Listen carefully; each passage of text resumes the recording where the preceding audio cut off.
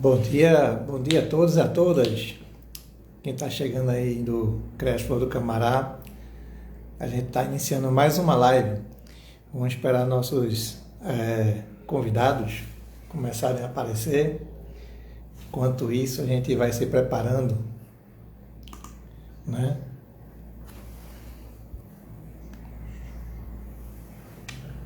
Cansado.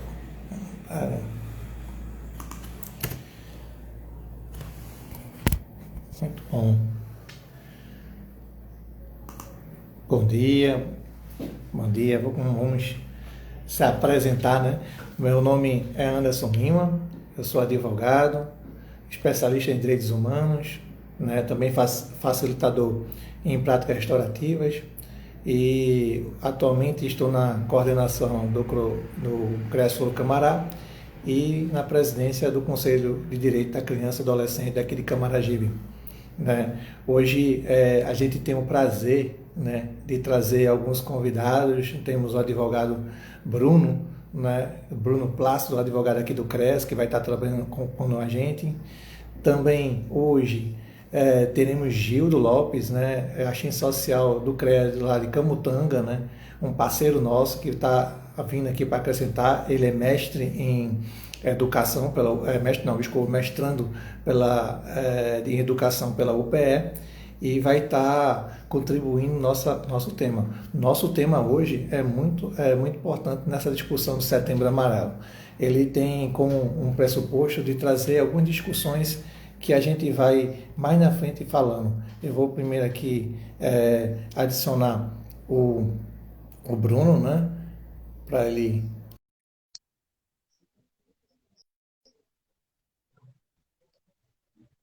Bruno? Muito bom. Oi. Bom dia, Bruno. Bom dia, Anderson. Tudo bem? Bom dia a todo mundo. É um prazer, mais uma vez, estar aqui com você, passar um pouco dessas informações, trocar esse bate-papo. Agradeço mais uma vez aí o convite. E vamos lá, vamos começar aí. Vamos começar aí com esse bate-papo. Gildo também acabou de entrar, vou estar adicionando aqui Gildo, né, para estar entrando. Enquanto o Gildo não fala, agradecer aqui logo de cara alguns parceiros que entraram no nossa live, né, o CREAS 3 de Campina Grande, nosso parceiro, um abraço, Arthur, aí que já esteve conosco aí em outras lives passadas, né.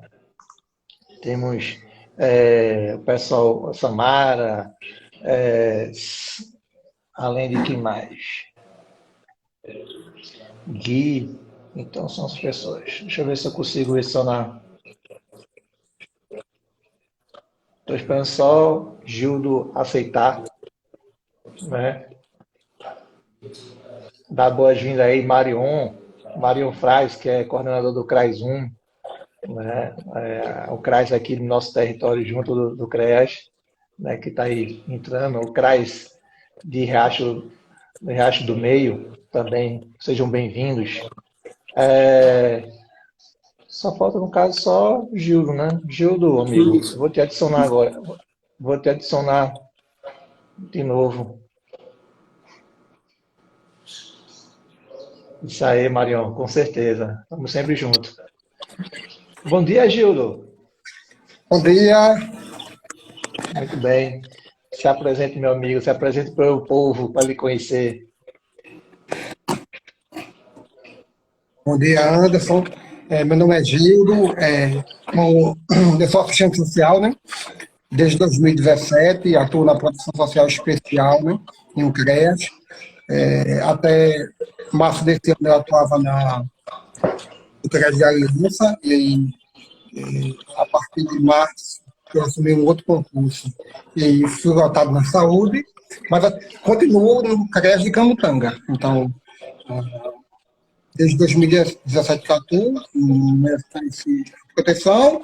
Paralelo a isso, eu faço um mestrado em educação, investigo a questão das práticas restaurativas na escola.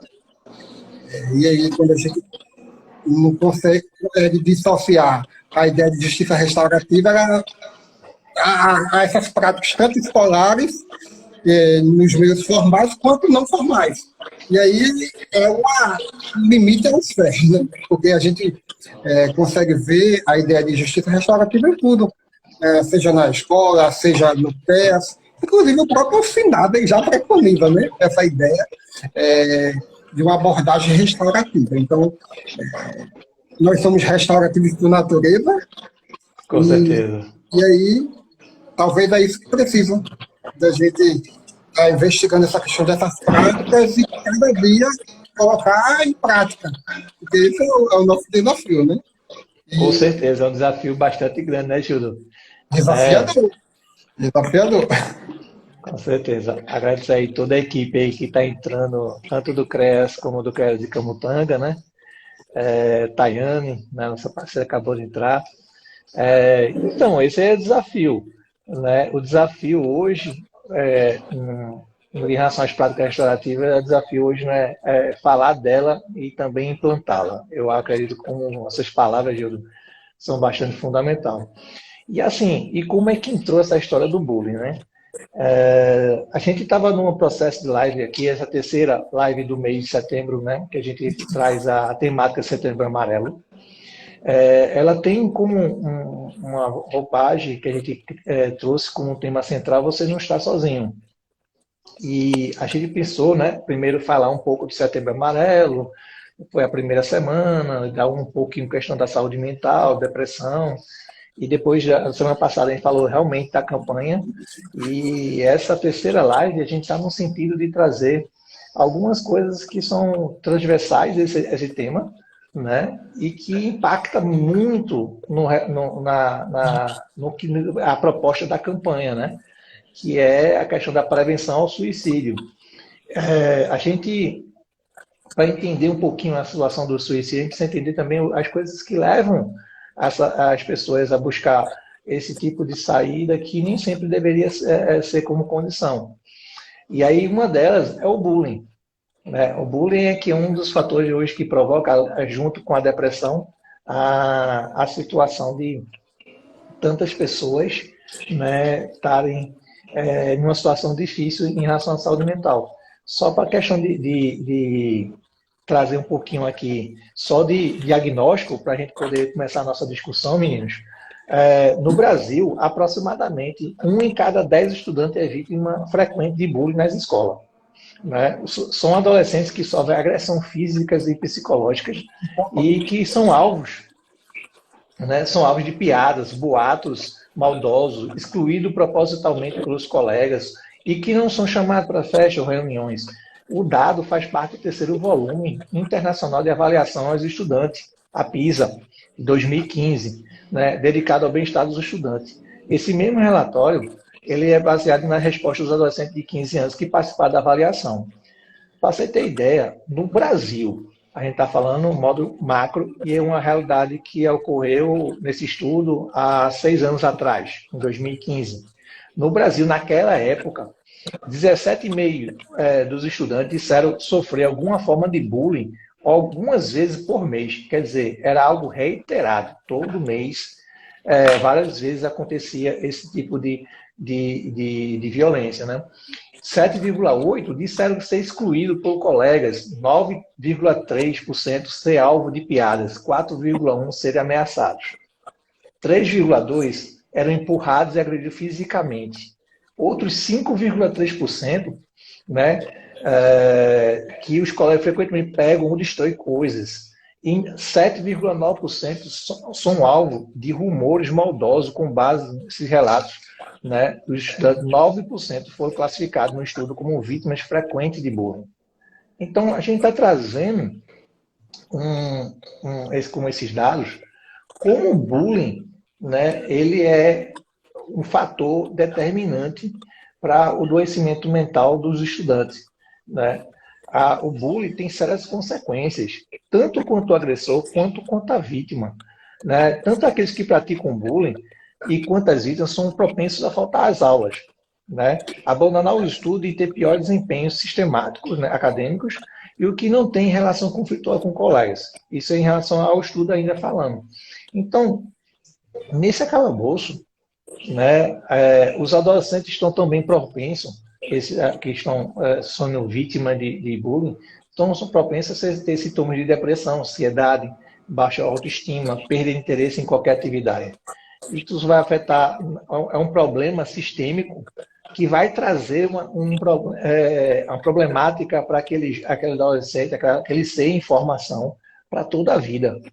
Então, hoje, quando a gente fala de Setembro Amarelo e fala de prevenção ao suicídio, a gente também tem que trazer essas problemáticas, por exemplo, o bullying. O bullying parece algo dissociado do contexto, mas não. Ele vai provocar vários sintomas, né, pelo sofrimento da pessoa num processo de adoecimento.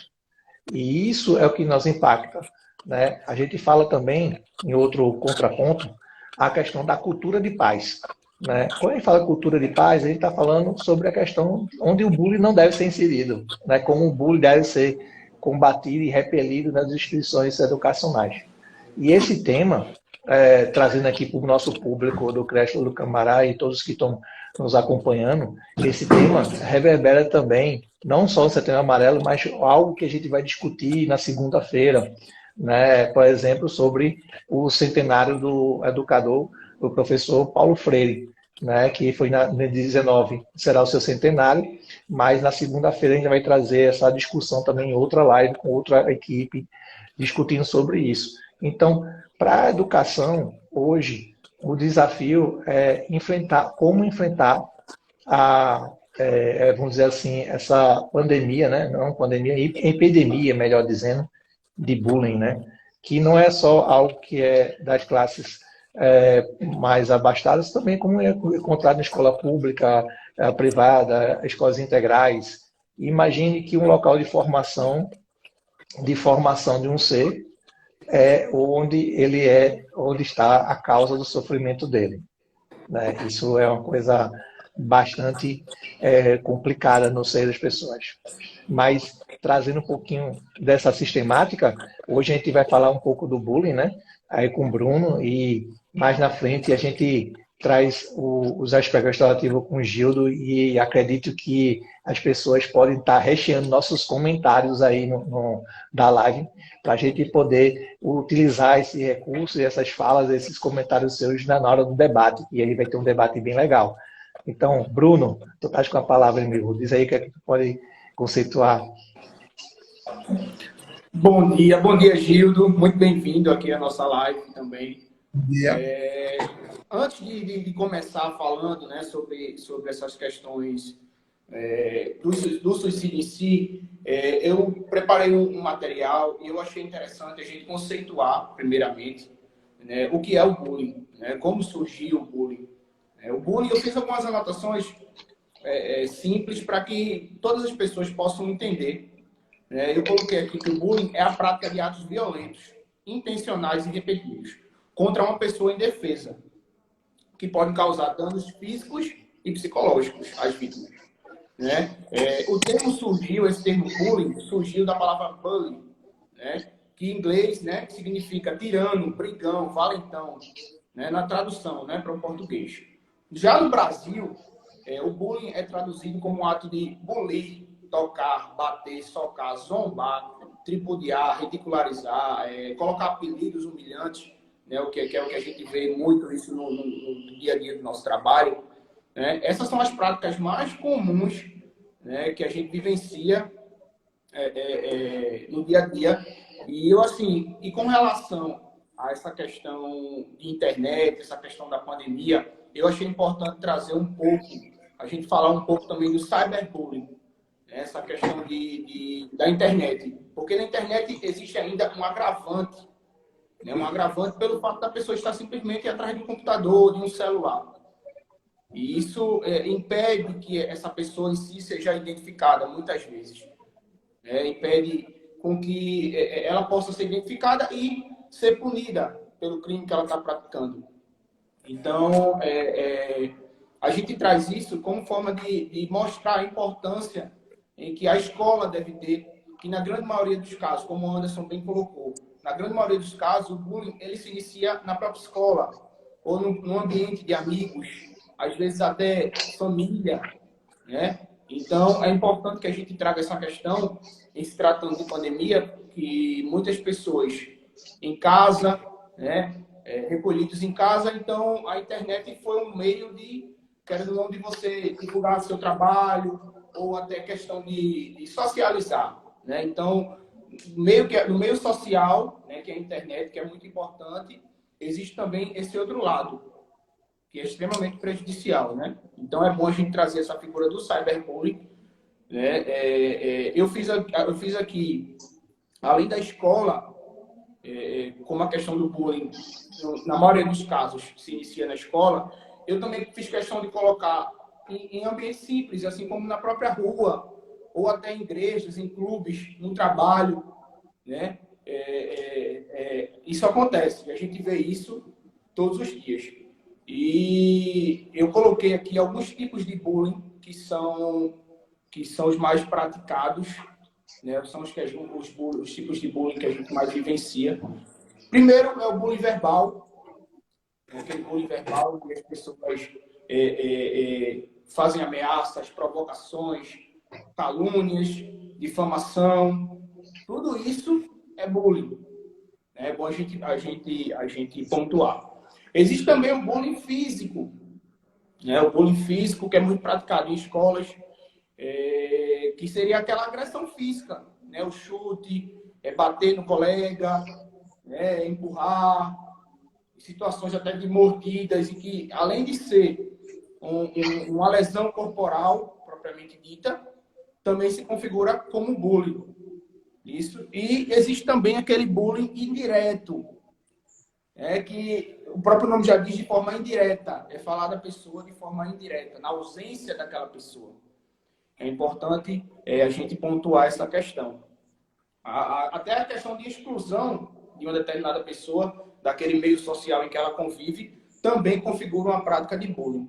Eu trouxe aqui alguns aspectos de bullying, alguns exemplos de bullying ocorridos no nosso país. Eu acho que foram bem relevantes. Alguns casos. Eu trouxe o primeiro caso, que foi o do Matheus Abragov Dalvit, de 15 anos. Foi em 2010.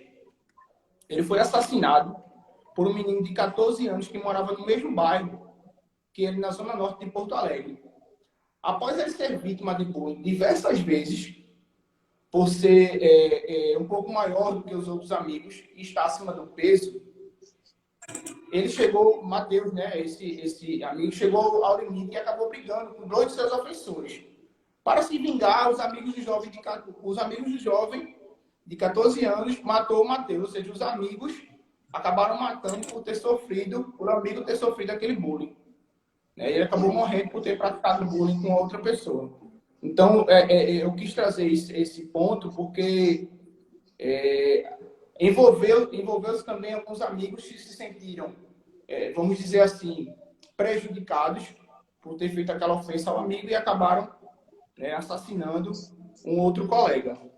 Eu também trouxe um bullying muito importante, né, que aconteceu, para que a gente possa refletir, que nos dias atuais vem ocorrendo muito, que é aquele, vamos dizer assim, que é uma forma de, como no inglês existe, que é o porn revenge, que é divulgação de imagens íntimas, sexuais. Então, eu trouxe aqui o caso da Júlia Rebeca, de 2013, que ela se suicidou após ter tido o vídeo íntimo divulgado nas redes sociais. Então, antes de falecer, antes de tirar sua própria vida, ela deixou uma carta para a mãe, pedindo desculpas e falando que queria ser a filha perfeita. Mas, infelizmente, ela não pôde ser aquela filha perfeita que a mãe sempre quis. Então, assim, é importante a gente pontuar essa questão dessa divulgação de imagens íntimas, porque isso vem ocorrendo de forma corriqueira. A gente vê isso semanalmente, situações em que mulheres e homens, adolescentes, que passam por situações, né, dessa forma, e que acabam tirando a própria vida por conta da exposição, né, da divulgação. Porque a gente sabe que na internet você colocou uma coisa aqui, com 5 minutos, 10 minutos, ela já está praticamente no mundo inteiro. Né? É muito amplo, difícil, é muito grande. E é difícil até segurar, né? Exatamente, exatamente. Eu queria agora que o Gildo aí desse seu ponto de vista, que eu acho, estou aguardando muito que ele fale aí conosco. Ô, Bruno, Hugo Calazans, eu acho, ele que seja assim. É seu fã, viu? No comentário aí, ele botou Bruno Calazans é seu fã. Aí, Gildo, realmente essa questão do bullying na escola mexe com os educadores, mexe com os profissionais e mexe com os pais. E é um dilema, né, meu amigo? Me explica aí como a gente pode pensar. Então, Bruno e Anderson, falar de bullying, o Bruno ele já trouxe algumas contribuições iniciais. É preciso que a gente pense até no próprio debate do conceito de bullying. Existem alguns estudiosos, por exemplo, a Miriam Abramovay estuda essa questão do fenômeno da violência na escola, é uma referência no país. Ela vai dizer que há uma diferença entre o bullying que é praticado, por exemplo, nos Estados Unidos e o que acontece no Brasil. Ela chama a atenção para isso. Porque ela vai dizer que, primeiro, que a gente não conseguiria ter uma palavra que conseguisse dar conta do que significa o bullying no Brasil. Então, a tradução, ela diz que a gente não consegue mensurar essa questão. Um outro ponto, e aí ela vai dizer que o que é bullying para a Miriam? Ela vai trazer de que só pode haver bullying na relação entre iguais. Então, a relação entre alunos pode haver bullying, mas muitas vezes quando acontece nas questões, às vezes, é um professor que xingou o aluno, é um funcionário, e aí já não há mais a questão de bullying. E aí ela prefere utilizar o termo violência. E aí é preciso que a gente precise pensar nessa questão da violência, e aí alguns teóricos vão trazer essa questão da violência, principalmente na escola, com 3 tipos, né? A violência à escola, a violência na escola e a violência da escola. Porque muitas vezes a gente acha que a violência muitas vezes é praticada apenas de uma pessoa para outra. E há... Exato, uma questão de... E aí eu fico pensando, sabe, Bruno e Anderson, o quanto muitas vezes nossas instituições elas são perversas. Porque muitas vezes elas estão praticando aquela violência institucional e muitas vezes nessa relação de força o aluno é a parte mais frágil. E aí, muitas vezes, quando acontece essa questão do bullying, dessa violência na escola, como é que a escola enfrenta isso? E aí é o que a gente precisa pensar. De quem é a responsabilidade desse enfrentamento? Porque, geralmente, a escola é perseguida essa responsabilidade. Então, eu trago isso chamo o pessoal do CREAS para vir fazer palestra, boto 300 alunos no auditório. Eu não sei se isso acontece com vocês, mas aqui... porque é bem por aí mesmo. A gente teve... Há um tempo atrás, a gente foi fazer um trabalho numa escola, e aí quando foi conversar com a gestão, e aí ele trouxe assim, não, a ideia é muito boa, diga lá, vocês querem o auditório, querem quantas turmas? E aí a gente disse, não, a gente prefere uma turma, e se precisar voltar aqui 10 vezes com 10 turmas, é melhor. Porque aí a gente consegue fazer um trabalho melhor, entende? Então, mas aí a questão é, no dia a dia, a escola enfrenta essas questões? Se ela não enfrenta, é bom a gente perguntar por que ela não enfrenta. Porque ela não enfrenta. Porque se a gente for pensar, por exemplo, numa perspectiva pedagógica, os pilares da educação, preconizado lá no relatório Delors de 1990, ele já disse que a escola precisa trabalhar o componente do aprender a ser, ou aprender a conviver, ou aprender a fazer, ou aprender a conhecer. Mas dentro dessa lógica que a gente vive de escola, a escola está muito preocupada em ensinar, no aprender a fazer. A parte cognitiva. E aí a gente entende que o próprio sistema é pensado para isso. O próprio sistema é pensado para isso. Recentemente houve uma alteração agora na educação, que é a ideia da implantação da Base Nacional Curricular Comum, BNCC. Então, ela expressa das competências comuns aspectos dentro de uma perspectiva socioemocional. E aí, como é que a escola trabalha isso? Simplesmente a escola não trabalha. Então, é importante que a gente esteja... e esse debate, Anderson e Bruno, ele é fundamental porque ele é silenciado. Essas discussões, elas são colocadas como essa um pano de fundo. A gente prefere não tocar. Eu prefiro não falar de suicídio. Sim. Eu prefiro falar de que a escola não tem violência. Porque eu estou admitindo minhas fragilidades. Então, é importante demais esses espaços que a gente tem, porque se a gente for pensar, por exemplo, como é que o bullying não é um fenômeno brasileiro, não. Ele acontece em toda parte do mundo. Então, a gente tem registro lá na década de 70. Então, um dos casos que estourou no mundo foi um caso lá de 1982, na Noruega, onde 3 crianças, no caso uma criança e 2 adolescentes, eles se suicidaram. Mas aí dentro de uma lógica de um país escandinavo, isso foi trabalhado nas escolas, isso foi pensado enquanto política pública e houve um enfrentamento dessas questões. E aí, no nosso país, a gente precisa, eu estou diante de 2 grandes advogados, tem muito aquela questão que Gilberto de Mestrai chama do cidadão de papel. Tá lá, como é que eu resolvo isso? Resolvo com a legislação. Pá! Mas como é que eu aplico isso? Ninguém sabe. Gildo, nesse aspecto, eu ainda trago, até para te acrescentar o que tu falou, e tu questionou e trouxe a rede como resposta. A legislação, ela é muito clara. A gente, às vezes, tem umas leis tão bacana, tão espetacular. A única coisa que falta é botar no papel. Uma delas é o artigo 4 do Estatuto da Criança e do Adolescente.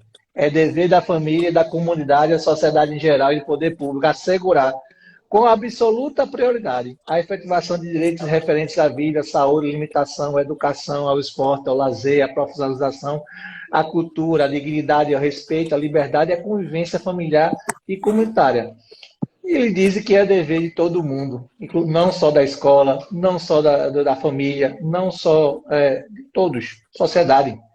Né? E ele não diz que é da família ou comunidade ou sociedade em geral, ou do poder público. Ele diz que é de todos, é enumerado, então não tem como fugir. A mesma coisa a gente falar nessa perspectiva, né, que deve se tapar o sol campanheiro e não falar de suicídio na escola, que não deve falar sobre outros paradigmas mais fortes. E a questão do bullying, né, sem querer invadir a tua discussão, mas o bullying ele só entra a ser algo notável aqui no Brasil, pelo menos na minha concepção que eu entendo, quando começou a cometer os assassinatos em série nas escolas. Nos Estados Unidos, primeiramente, aí quando o tema foi conhecido, porque a maioria ou parte dessas pessoas que cometeram assassinatos eram pessoas que sofriam bullying nas escolas, e a discussão passou a se ter sobre isso, e principalmente quando aconteceu aqueles casos em São Paulo, né, de assassinato em série, dentro da escola, invasão da escola, tiroteio, foi quando se passou a ter essa discussão mais ampla.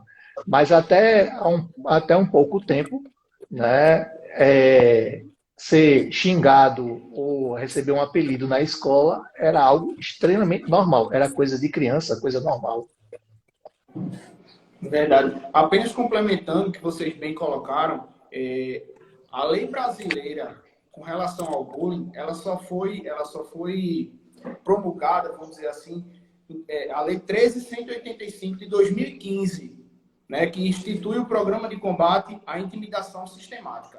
Aí a gente vê realmente o atraso, né, com relação a se criminalizar, a se institucionalizar a questão do bullying, né, que até então não se tinha uma lei específica para tratar dessa questão do bullying. Então, realmente, né, a gente, como o Anderson falou agora também, a gente só foi começar a se vislumbrar com relação ao bullying, com relação a esses acidentes, esses problemas que aconteceram em várias escolas, de mortes, de assassinatos. Então, para você ver como o Brasil está atrasado em relação ao bullying, né, em relação a combater a raiz do bullying, em implantar isso nas escolas.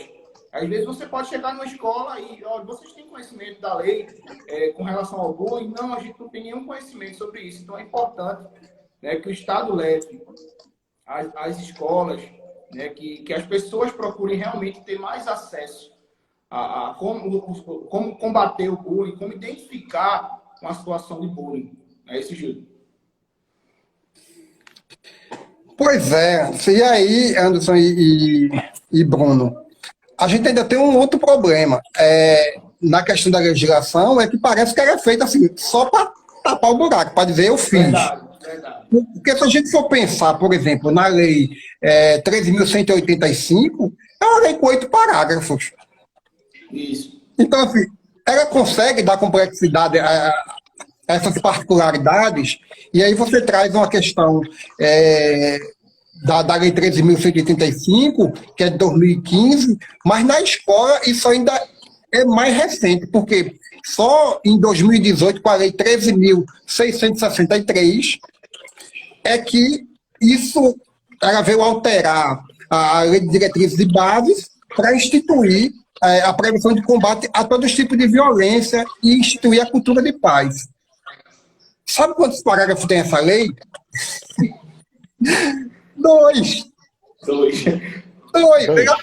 Ele altera o artigo 12º e a lei, ela diz, eu vou ler aqui para você ver a vergonha que é.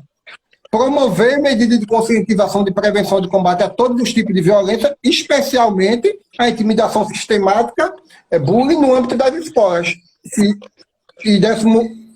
O inciso 10º, estabelecer ações destinadas a promover cultura de paz nas escolas. Esta lei entra em vigor na data de sua publicação.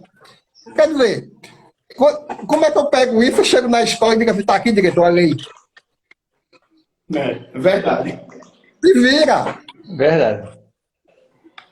E aí, eu trazia isso um dia numa discussão em um grupo, e aí eu conversava isso também com o Anderson, e aí umas pessoas do grupo falaram assim, mas você também não pode jogar isso nas costas do professor. É uma função a mais. Percebe que a escola, e aí a gente precisa também quebrar esse paradigma de que a escola só se faz com professor e aluno. Durante muito tempo, quando a LDB já chamava de profissionais da educação, as pessoas só entendiam professores. E a escola não é só composta por professor. Pois é. Tem os auxiliares, tem os alunos, tem o corpo docente, tem toda a gente trabalhando. Olha, desde porteiro, esse trabalho tem que ser generalizado. Todo mundo faz educação. Como a gente pensar dentro da nossa realidade, a gente tem no CREAS a figura do educador do CREAS, né? Mas quem é o orientador social do CREAS? Quem é o educador social do CREAS? Somos todos nós. Sim. Todos nós. Então, são essas questões iniciais que a gente precisa pensar. Pois é. Nessa perspectiva, até a gente estava conversando sobre isso essa semana, né, Gildo? Aqui no CREAS mesmo, a reunião é geral. Participa todo mundo, inclusive os administrativos. Olha, se o acolhimento e o atendimento não começar pela recepção ou pela leitura da pessoa que vai distribuir o caso para um técnico, como é que ele vai entender e como é que essa pessoa vai ser recebida? Eu penso que na educação deveria ser da mesma forma. o porteiro, as pessoas que dão suporte nos corredores de sala, né, os professores, com certeza, a parte do pessoal administrativa de direção, para entender e não provocar. Uma das coisas mais que saltam meus olhos, geralmente me incomoda bastante, é a violência institucional. É quando o bullying ele ocorre de forma sistemática, mas não de forma que você espera, que é de aluno para aluno. Mas quando se trata de professor para aluno, de porteiro para aluno, né, quem não tem história para contar de um porteiro que tirava onda com todo mundo? Né? Basta passar na frente da escola e você passar 10 minutinhos na frente de uma escola, você vai perceber as brincadeiras, né? E essas brincadeiras às vezes fogem, né? Não é vou generalizar, mas às vezes fogem o critério da animosidade, né? Ela vai para uma área mais nebulosa. E a formação não é só o professor que faz, né? A formação está de todos que estão naquele estabelecimento. A disciplina das pessoas que fazem o controle pedagógico, o porteiro que recebe essas crianças todos os dias, a sua forma de agir é meio que foi uma formação de um cidadão. E o professor, ele só não leciona a disciplina dele, ele forma pessoas, né? Forma indivíduos. Eu acredito que esses profissionais, ele tem uma carga muito grande, e eu respeito bastante isso, mas eles são pessoas que formaram eu, Bruno, você, Gildo, e todos nós que estamos aqui dependendo de professores para chegar nesse local de hoje. Pode decorrer, viu, Gildo? Pode continuar então, vamos puxando as provocações. E aí a gente traz uma questão e já entra dentro de uma perspectiva de restauração. E aí o que é que acontece muitas vezes na escola quando há essa briga, há esse conflito? Porque o conflito ele é um motor de mudança. Sim. O confronto não. Então é preciso que a gente diferencie isso. E aí a gente precisa, dentro da escola, equilibrar essas relações de forma que algumas perguntas elas são necessárias. Então, muitas vezes, quando acontece essas questões de violência lá, é possível a gente pensar em educar sem punir? É possível a gente estabelecer limites? É possível a gente punir sem traumatizar? É possível a gente fazer justiça sem violentar? E é algo que a gente precisa pensar. Porque, na maioria das vezes, a sociedade brasileira, quando ela pede justiça, ela quer uma outra coisa, que é vingança. Isso. E são coisas distintas. Inclusive, Marcos está trazendo aqui, Marcos é nosso... agora eu me enrolei. Estagiário de psicologia, e ele apresentou as últimas lives, nas últimas duas, e ele traz esse comentário. É importante falar sobre a saúde mental no ambiente escolar. E, de fato, se a gente não trabalha... Acho que saúde mental, Marcos, é algo que deve ser trabalhado em todos os espaços. Desde o ambiente de trabalho, como no ambiente escolar, como nos outros ambientes externos. Eu lembro de alguma reportagem que passavam lá no começo da década passada, que quando as pessoas começaram a ver os espaços, né, profissionais e escritórios de uma forma mais inclusiva, mais aberta, com outros materiais, principalmente com o pessoal da tecnologia, nas startups, quando eles iniciaram, colocavam pessoas que tinham lá fliperama dentro de um escritório de informática. Imagine um fliperama, o que é que ele está fazendo ali? Não, para descontrair, para animar, ou a cultura asiática com a meditação e com a yoga, né? Essas iniciativas, elas têm como um trabalho de saúde mental para que o trabalho se torne algo aceitável, algo mais tolerável, né? Da mesma forma que na década passada também teve o programa Escola Legal aqui em Pernambuco, onde algumas escolas estaduais, seguindo uma orientação e acompanhamento da Coordenadoria de Infância e Juventude do TJPE, começou a trabalhar essa cultura de paz, né? Trazer alguns aspectos da justiça restaurativa, né, com as suas práticas, os grupos circulares, para trazer para dentro da escola. Teve formação para professores, as pessoas que estavam naquela área transversais da educação. E esse projeto, ele tinha como um princípio justamente dar novas ferramentas tanto para o corpo discente como o corpo docente, para trabalhar os conflitos na escola. Né? Meu tempo na infância e juventude, né, em Olinda, eu me deparava todas as semanas que, às vezes, a gente pensa assim, numa vara de infância, apuração de ato infracional. Só deve ter traficante, homicida, ladrão, essas coisas que o senso comum traz. Mas não. Muitas vezes estava lá na frente de um juiz, um promotor, um defensor público, um jovem, um adolescente, porque foi para via desfato com um colega, porque caiu na briga na escola, e esse tipo de conflito que descambou para atos violentos, principalmente de natureza física, era objeto dessa iniciativa, de trazer práticas circulares para poder mediar os conflitos que ocorriam na escola. Então, a ideia era o professor ou a pessoa da parte de coordenação pedagógica faria essa identificação das pessoas que estavam tendo esse conflito, né, trazia para junto e aplicava ali uma composição por base das práticas restaurativas, seguindo o preceito ideológico e elaborado por Kay Pranes. Kay Pranes é uma norte-americana que sistematizou as práticas de círculos restaurativos, onde as pessoas se autocompõem seus conflitos e sua recuperação. É um sistema maravilhoso. Né? Eu e Gildo tivemos o prazer e o privilégio de ter essa formação, mas nossa grande dificuldade é uma inserção cultural. Né? Os ciclos restaurativos, ele vem com uma proposta de uma cultura anglo-saxônica, né?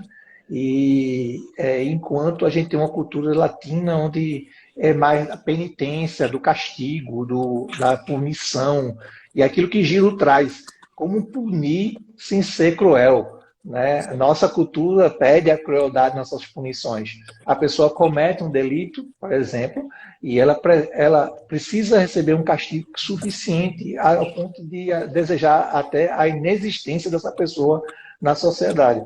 E isso, a formação, é o absurdo do início que a gente está trabalhando, que é o bullying.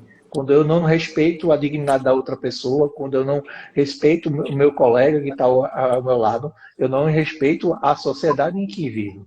E essa formação lá na escola precisa ser trabalhada nessa cultura, na cultura de paz, na comunicação não violenta.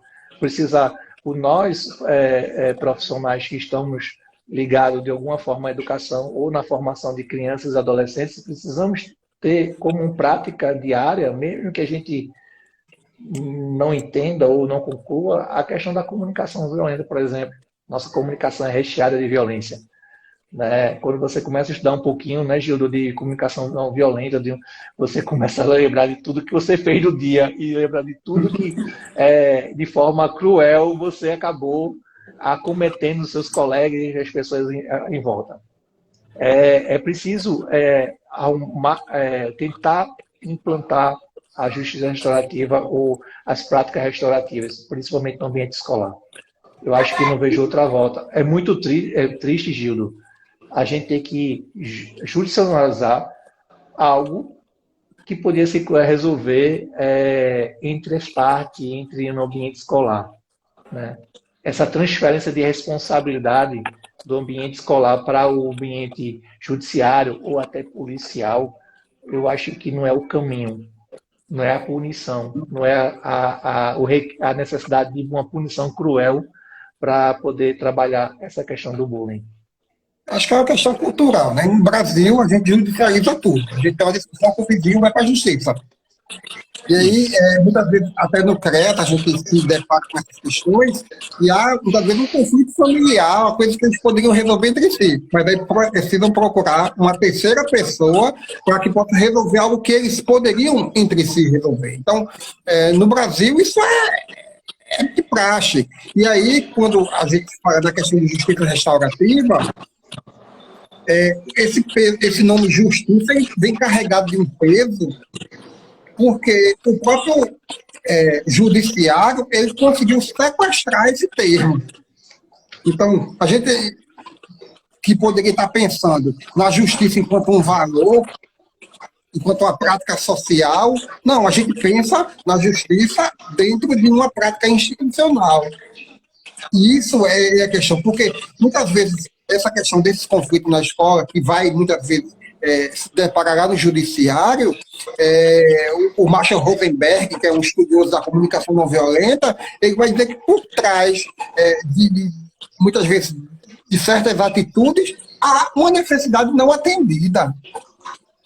E aí, muitas vezes, a gente, no dia a dia, na correria que a gente não para, muitas vezes, para escutar esses adolescentes. Então, se a gente for pensar, por exemplo, nos pilares da comunicação não violenta, por exemplo, ele parte são 4.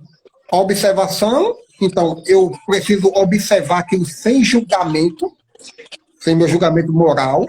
Eu preciso reconhecer e nomear os sentimentos, e aí eu acho que é a grande dificuldade, muitas vezes, da gente verbalizar e expressar o que a gente sente, porque a gente é criado dentro de uma cultura patriarcal, que diz, não, homem não chora, se você chorar é porque você é fraco, tá? Então, muitas vezes eu tenho um desentendimento com o Bruno, com o Anderson, e eu não consigo sentar e dizer, Bruno, eu estou chateado contigo por conta disso, disso e disso. Então, na comunicação não violenta, a gente precisa isso, reconhecer. Um outro é expressar necessidades. Quais são as necessidades que não foram atendidas? E aí, a partir daí, a gente faz o quarto pilar da comunicação, que é fazer um pedido. E aí, eu fico pensando, no dia a dia, a gente trabalha dessa forma, na forma de escutar, de lidar com o conflito. A gente tem tempo, tem espaço, tem disponibilidade para isso, porque a palavra da moda é empatia. Mas empatia é mais do que se colocar no lugar do outro, é dar espaço para o outro. E aí, isso é fundamental na escola. Com certeza. Fundamental. E não é assim. Uma das coisas que a gente precisa também pensar quando a gente fala de justiça restaurativa, e aí as pessoas se confundem, acham que justiça restaurativa é mediação. E não é. Justiça restaurativa não é mediação. A mediação de conflitos, ela tem uma teoria própria. Não é um programa. Não é um projeto. Pois é, até a base da mediação, ela pede que exista uma pessoa terceira imparcial para se mediar. A prática de ciclo restaurativo, ela não precisa dessa pessoa necessariamente. Qualquer pessoa pode. Exato. Desde que passe por uma formação. Então, e aí, no livro Justiça Restaurativa, o Howard Zé, ele começa dizendo, olha, justiça restaurativa não é isso. E aí ele começa a apontar de que ela não tem o objeto principal o perdão e reconciliação. Ele diz que ela não implica necessariamente em voltar às circunstâncias anteriores, que não é mediação, que não tem o objetivo principal de reduzir as reincidências ou ofensas em série, que não é um projeto nem programa, que não se limita à ofensa menor, ou que a gente chama de menor potencial ofensivo, e nem nasceu nos Estados Unidos. Não é uma panaceia que necessariamente venha substituir o sistema judicial e não é uma alternativa ao aprisionamento. Até porque na justiça restaurativa há um aspecto de prevenção. Eu acho que aí é a grande questão. É a prevenção primária, na verdade. É a prevenção primária. E respondendo até o que o nosso colega aqui, Marcos, colocou, ele colocou que a escola irá mediar o processo de construção do indivíduo entre a família e a sociedade. É por aí mesmo. A escola, ela, na verdade, não vamos usar o termo mediar, ela vai auxiliar a formação, né, a formação desse indivíduo junto com sua família e a sociedade.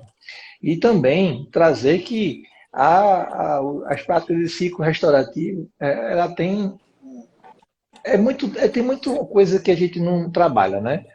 E aí a gente começa daí a questão do pedido. Quando o Gildo falou sobre a última etapa que é fazer um pedido, geralmente a maior parte das pessoas, no senso comum, elas estão no terceiro, que é necessidade. Elas chegam até a necessidade. Ela consegue até escutar, ela consegue até distanciar um pouco do preconceito, mas nesse processo, desde o início, todos, em modo geral, quando não conhecem essa terminologia nem os conceitos, confundem o pedido, a necessidade com pretensão. E, na verdade, a pretensão, a gente não tem pedido, a gente tem pretensões. Quando a gente escuta uma pessoa, a gente, muitas vezes, diante do seu preconceito ou não, a gente já tem uma decisão tomada, a gente apenas vai convalidar a nossa vontade. A gente justifica aquilo que a gente quer, não justifica para conseguir aquilo que a gente quer.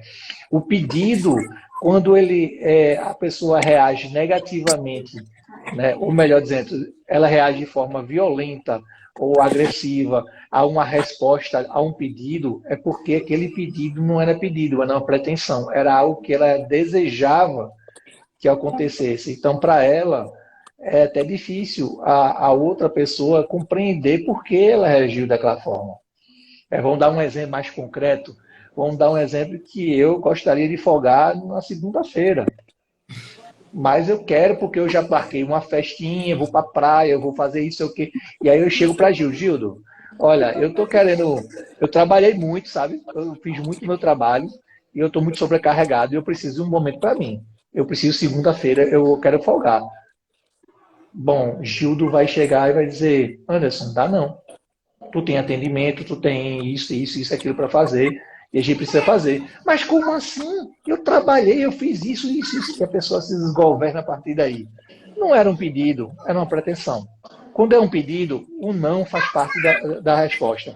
Eu posso ter um não, eu posso ter um sim. E esse é uma das coisas que gera muito conflito. E quando a gente fala escuta empática, é uma palavra, como o Gildo falou, é a palavra da moda. A gente tem que ter que a escuta empática, a gente não tem que condicionar a nossa vontade ao outro, não. A gente tem que aceitar ele como ele é. Aceitar a condição dele. Trazer elementos que possam até contribuir para o processo da comunicação ou do processo da intervenção, mas o dono da vontade e do domínio ainda passa a ser o receptor, e não o emissor, que somos nós. É nesse calabouço que a justiça restaurativa ela entra no sentido de poder escutar o outro e trabalhar ele, as ideias, de forma que essa ideia chegue ao ponto que ele possa sentir a vontade de ter essa ideia. Não é algo instantâneo, imediatista, como o castigo.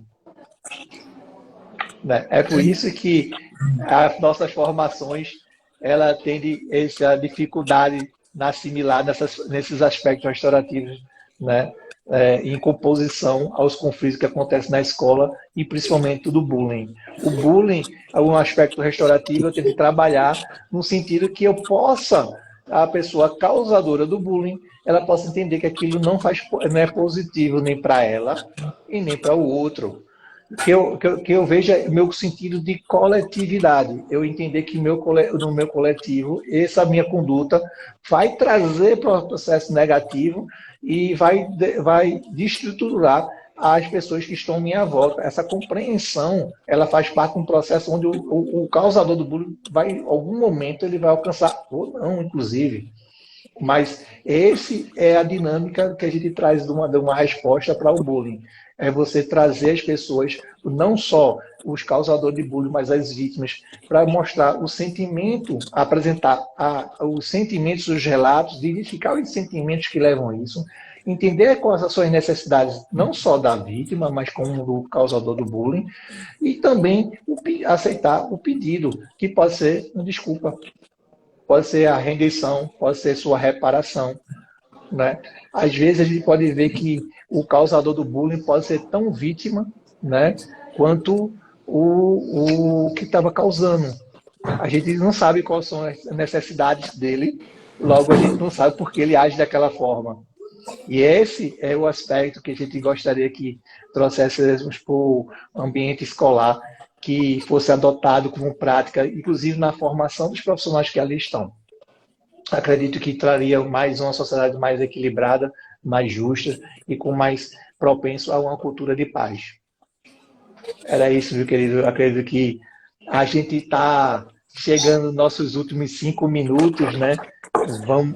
Eu acho que essa discussão é fantástica. A gente vai ter que revisitar ela em algum momento, alguma hora, para trazer contribuição. E eu só tenho a agradecer. Vou passar a fala aí para Gildo dar as suas falas, depois Bruno faz o seu encerramento e depois eu tenho uma listinha enorme de agradecimentos aqui para dar. Gente que estava assistindo a gente com gente aqui, não desapegar em nenhum momento. Agradecer, Bruno, aí a Anderson, pelo convite e dizer que se a gente for falar de justiça restaurativa, eu acho que a gente passa dias. Né? A gente fiz uma ligação para a Anderson e a gente passou mais de 1 hora conversando sobre essas questões. E assim, é um assunto que instiga, puxa outros, e eu acho que é um debate necessário. E a qualquer momento a gente vai precisar revisitar, porque há muito material hoje também disponível, há muita formação também disponível. Então, o que precisa é a gente também, a partir dessa tomada de consciência, eu fiz a formação, ou eu busquei tentar impor isso, colocar isso em prática, né? Porque eu acho que é o grande desafio. Não é só você conhecer, mas é tentar colocar em prática. E aí colocar em prática nos diversos espaços, seja na escola, seja no CREAS, seja no CRAS, seja... Porque há espaço. Inclusive, o nosso trabalho é muito nessa linha, né? De preventivo. E aí, quando há um trabalho bem feito, muitas vezes, lá na prevenção, a média e alta complexidade não vai precisar ser acionada. Então, agradecer, e é isso aí. Muito obrigado, Gil. Bem, pessoal, primeiro eu quero agradecer a vocês dois pela aula, né? Porque foi uma aula sensacional poder aqui ouvir um pouco de vocês dois. E eu quero voltar um pouquinho passado, na época da nossa infância, adolescência. Eu acho que todo mundo já passou por isso, né? E o quanto é importante que a escola identifique não só o jovem que está sendo vítima, o adolescente, mas o agressor, como vocês bem colocaram. Para que isso possa, às vezes, na grande maioria dos casos, né? Não vamos dizer maioria, mas grande parte dos casos, é resolvido com um simples pedido de desculpa. E que, assim, eu até já passei por isso na infância, de amigos que também passaram, que depois do episódio acabaram se tornando amigos. E são amigos até hoje. Né? Passaram por uma situação de bullying, de vítima e agressor, e hoje são amigos. Então, assim, a importância grande da escola, do professor, do porteiro, da copeira, de identificar isso aí, poder trazer essa interação e, posteriormente, com a resolução, pode ser muito simples, resolvendo essa situação. E quero agradecer mais uma vez a vocês pelo papo, foi sensacional, enriqueceu muito, muito mesmo. Obrigado a vocês dois, obrigado a todo mundo aí que está nos assistindo. E qualquer coisa, aqui à disposição, o Crespo do Camará agradece a todo mundo. E tchau, tchau, pessoal. Valeu mesmo, obrigado. Muito obrigado, pessoal. Eu queria agradecer aqui, André Barros, parabéns, foi muito bom, conhecimento transbordado. Obrigado por estar participando e estar aqui conosco.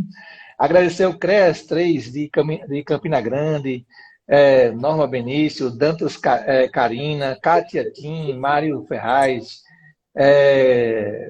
Gui do Conselho, lá de Martins, Tiago Viviane, né? Gratidão aí pela oportunidade. Né, a Secretaria de Assistência Social aqui de Camaragibe, o CRAS de Riacho do Meio, Carol Coelho, Tayane Cabral, nossa amiga, olha, está participando aí, Gildo, conosco. Marcela e Luciana, Paulo Florencio, Tatiane Souza, Paulo Florencio, Ivanis, nossa pedagoga, Paulinha Carvalho, Leal Batista, né? Renato Cruz, Beatriz, a Kézia, nossa educadora, Fran Soares, Leandro, Juliane Salles, Andréa Barbosa, Cibele Danta, Vera Marques, nossa, tá parecendo letra de filme. Marília Lopes, Valéria Lúcio, Guga Tassiano, Calazone Hugo, o fã de Bruno aí, Marcelino Renner, Eduardo Show, Ricardo, Felipe Fragoso, Moisés Queiro-Border, Luísa Fagner, Rodolfo Vicente, Júnior Batista, enfim, já tem um bocado de gente aqui, acho que considerado de caetanos, e um bocado de gente. Eu queria agradecer, pessoal, foi muito bacana. Aqui no Faltei de fazer não fique chateado, porque o tempo já acabou. Mas muito obrigado por vocês, e só lembrar que segunda-feira temos outra live especial em centenário ao Paulo Freire, né, e o Dia do Educador Social. Eu queria agradecer, obrigado, Gildo, por essa parceria, adorei, viu? Bruno, valeu mesmo, campeão. E a gente se encontra aqui na segunda-feira, e na próxima semana, sexta-feira, tem live, outra vez ainda em Setembro Amarelo. Abraço, obrigadão, pessoal. Tchau, tchau. Tchau, pessoal.